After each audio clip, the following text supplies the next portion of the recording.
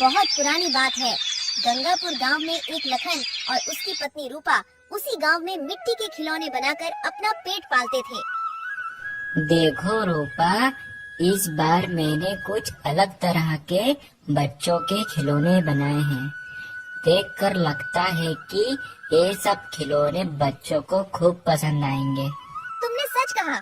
मूर्तियाँ तो बहुत सुंदर लग रही हैं, मगर मूर्तियाँ कुछ कम नहीं लग रही हैं क्या? इतनी सुंदर मूर्तियों को देखकर लोग इन्हें आधे दिन में ही खरीद लेंगे। मुझे लगता है हमें और मूर्तियाँ बनानी चाहिए। इतनी मूर्तियाँ तो मेले में आधे दिन में ही बिक जाएगी। क्यों? तुम ठीक कह रही हो। इतनी कम मूर्तियों से क्या होगा, हमें और भी मूर्तियाँ बनानी चाहिए। पर ये मिट्टी खत्म हो गई है। रूपा, तुम इन खिलौनों का ध्यान रखना। मैं थोड़ी ही देर में सुरैया के खेत से मिट्टी लेकर आता हूँ। उसके खेत की मिट्टी से खिलौने एकदम चिकने और अच्छे बनते हैं। उसके खेत की मिट्टी काली और मुलायम है। मगर पहले तुम उस सुरैया से पूछना कि मिट्टी ले लूं क्या, वरना वो बदले में पैसे मांगने लगे। मगर जल्दी वापस लौट आना, किसी के पास बुद्धू की तरह काम करने मत लग जाना। अरे ठीक है बाबा, पहले मुझे यहाँ से जाने तो दो। लखन अपने घर से हरिया के पास मिट्टी लेने निकल जाता है। लखन इतना भोला था, गांव में कोई भी उसे आसानी से बुद्धू बनाकर अपना काम करवा लेता।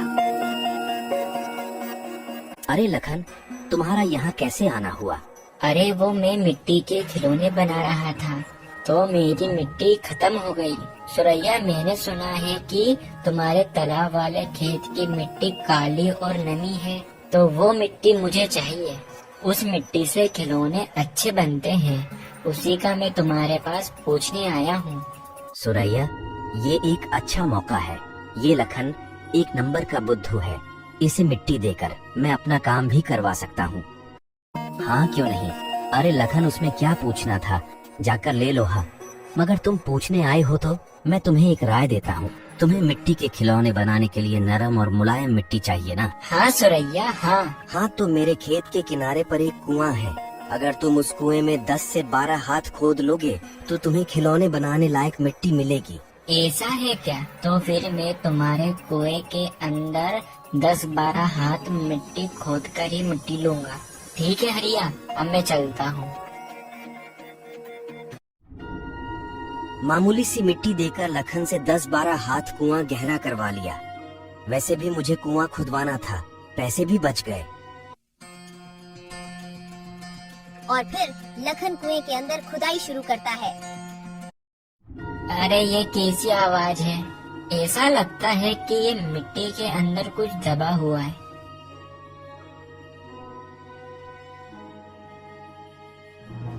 ये तो एक घड़ा है। अरे बाप रे, सोने की मोहरे। वो भी इतनी सारी। लेकिन मुझे इसका क्या करना चाहिए? पहले मैं इस घड़े को अपने घर लेके जाता हूँ। फिर लखन वो घड़ी को लेकर अपने घर आ जाता है। क्या हुआ, मिट्टी लेने गए थे या कुआं खोदने गए थे? मिट्टी लाने में इतना समय लगता है क्या? तुम्हारे हाथ में ये चमकता हुआ घड़ा कहाँ से आया? अरे जरा धीरे बोलो, धीरे। ये तो सोने की मोहरे हैं। बताइए ना, तुम्हें ये सोने की मोहरे कहाँ मिली? मैं गड्ढा खोद रहा था, उस गड्ढे में से ये घड़ा निकला। फिर तो अपन बहुत अमीर बन जाएंगे। नहीं नहीं, ये मोहरे हमारी नहीं है, हम इन्हें नहीं ले सकते। क्यों नहीं ले सकते अपन इन मोहरों को? माना कि मैं पढ़ा लिखा नहीं हूँ, मगर इतना जरूर जानता हूँ कि ये सोने की मोहरों का सही हकदार मैं नहीं, हरिया है। अगर हम इन मोहरों को रख लेते हैं और अगर हरिया को इस बात का पता चला तो हमें जेल भी हो सकती है। तो फिर हम मोहरों का क्या करेंगे? मैं ये मोहरों का घड़ा हरिया को दे दूंगा, क्योंकि ये घड़ा उसकी जमीन में से निकला है। दे दीजिए। ठीक है फिर, मगर पहले तुम जाकर तालाब से पानी लेकर आओ। अपने घर में एक बूंद भी पानी नहीं है। ठीक है, जब तक तुम इन मोहरों को घड़े के अंदर भर के रखना, मैं अभी पानी लेकर आता हूँ। इनकी ईमानदारी से मैं तो परेशान हो गई हूँ। जब तक वो पानी भरकर आते हैं जब तक मैं कुछ मोहरे निकालकर छुपा देती हूँ। फिर रूपा कुछ मोहरे निकाल लेती है और फिर लखन सुरैया को वो मोहरे से भरा घड़ा देने के लिए निकल जाता है। क्या बोल रहे हो तुम? तुम्हें खोदते खोदते इतनी सारी मोहरे से भरा ये घड़ा मिला? तुम मजाक तो नहीं कर रहे हो? हाँ सुरैया, मुझे तुम्हारे कुएं को खोदकर ये सोने की मोहरों से भरा घड़ा मिला। बाप रे! और अब तुम इस खजाने को सरकारी खजाने में जमा करवाने की व्यवस्था कर देना। हाँ, जरूर करूँगा, जरूर करूँगा। ये तो मेरा फर्ज है। इसे सरकारी खजाने में जमा करवाना दो, ये तो मेरा फर्ज है। अब तुम निश्चित होकर अपने घर जाओ और ये बात किसी को गांव में बताना मत। ठीक है सुरैया, अब मैं घर जाता हूँ। मेरी अक्ल क्या घुटनों में है जो इतनी सारी मोहरे मैं पुलिस को दूंगा। मोहरे को मैं अपने पास ही रखूंगा। गांव का सबसे पैसे वाला आदमी बन जाऊंगा। बहुत सारी जमीन, गाय भैंस खरीद लूंगा, बहुत सारी, और इसी गांव में एक हवेली बनवाऊंगा। अगर गांव वालों को इस बात का पता चल गया तो इस मामले में एक काम करता हूँ, लखन का नाम लेकर उसे ही फंसा देता हूँ। हाँ, क्या दिमाग पाया है सुरैया।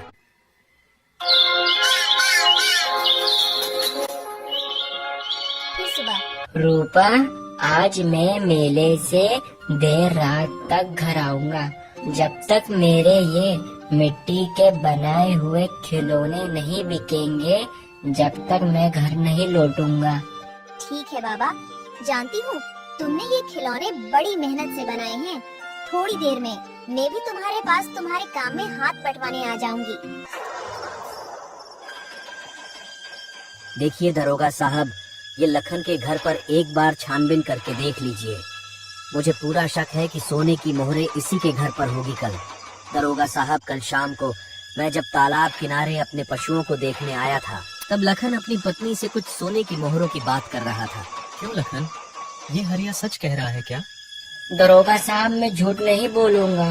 कल मैं जब सुरैया के कुएं में मिट्टी खोद रहा था, तब ये घड़ा मुझे उस खुदाई में मिला, मगर वो घड़ा तो मैंने सुरैया को वापस दे दिया।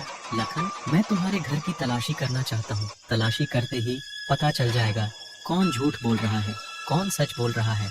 मेरे घर में कुछ भी नहीं निकलेगा दरोगा साहब। अगर आपको तलाशी लेनी है तो ले लीजिए, मैं झूठ नहीं बोलता दरोगा साहब। अरे बाप रे, अगर इन्होंने मेरे घर की तलाशी ली तो मेरी छुपी हुई मोहरे मिल जाएगी। दरोगा बाबू, मैं आपके आगे हाथ जोड़ती हूँ, कृपा करके हमारे घर की तलाशी मत लो। दरोगा बाबू, हमारे घर पर सोने की मोहरे नहीं है, मेरी बात का विश्वास करिए। मेरे घर की तलाशी मत लेना, हम पर दया करो। अच्छा, ये तो अपने घर की छानबीन करवाने से डर रही है। मुझे लगता है सोने की मोहरों के साथ कुछ और खजाना भी मिला है, इसलिए डर रही है। छानबीन के दौरान लखन के घर में उसकी पत्नी द्वारा छुपाई गई मोहरे दरोगा को मिल जाती है। क्यों लखन, तुम तो कह रहे थे कि तुम्हारे घर पर कोई सोने की मोहरे नहीं है, तो फिर ये मोहरे यहाँ क्या कर रही हैं? नहीं पता साहब, नहीं पता। मुझे सच में नहीं पता कि ये मोहरे यहाँ कैसे आई। मुझे कुछ नहीं पता दरोगा बाबू, मुझे कुछ नहीं पता। चलो, तुम दोनों ऐसे नहीं मानोगे। चलो मेरे साथ, तुमको थाने में लेकर चलता हूँ, वहीं तुमसे सवाल जवाब पूछूंगा मैं। दरोगा बाबू, हमें आपके साथ थाने मत लेकर जाइए। बताती हूँ अब सच बताती हूँ। दरोगा बाबू, मेरे मन में लालच आया। मेरे पति जो सोने की मोहरे का घड़ा लाए थे, तो मैंने चोरी छुपे उसमें से कुछ सोने की मोहरे निकाली, यह सोचकर जिससे हमारी गरीबी दूर हो जाए। दरोगा बाबू, मेरे पति वह घड़ा इस सुरैया के पास देकर आए थे। अब यह सुरैया झूठ बोल रहा है। अरे बाप रे बाप, कितनी झूठी औरत है, अभी भी झूठ बोल रही है। अब इनके घर से सोने की मोहरे भी निकल गईं। अब पूरा इल्जाम मेरे ऊपर लगा रही है। अरे दरोगा साहब, इनको लेकर जाइए थाने में, दोनों की अच्छे से खातिरदारी करिएगा।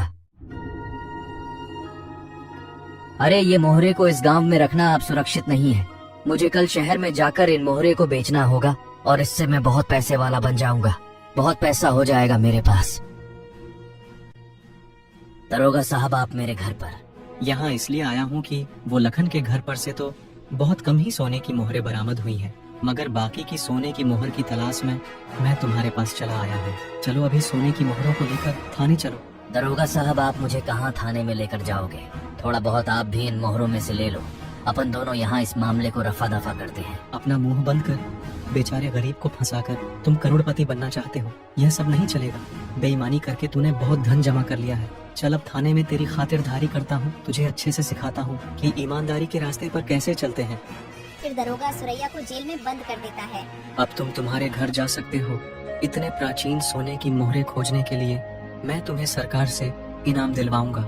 साहब जी हमें कुछ नहीं चाहिए, हम तो ऐसे ही ठीक है साहब।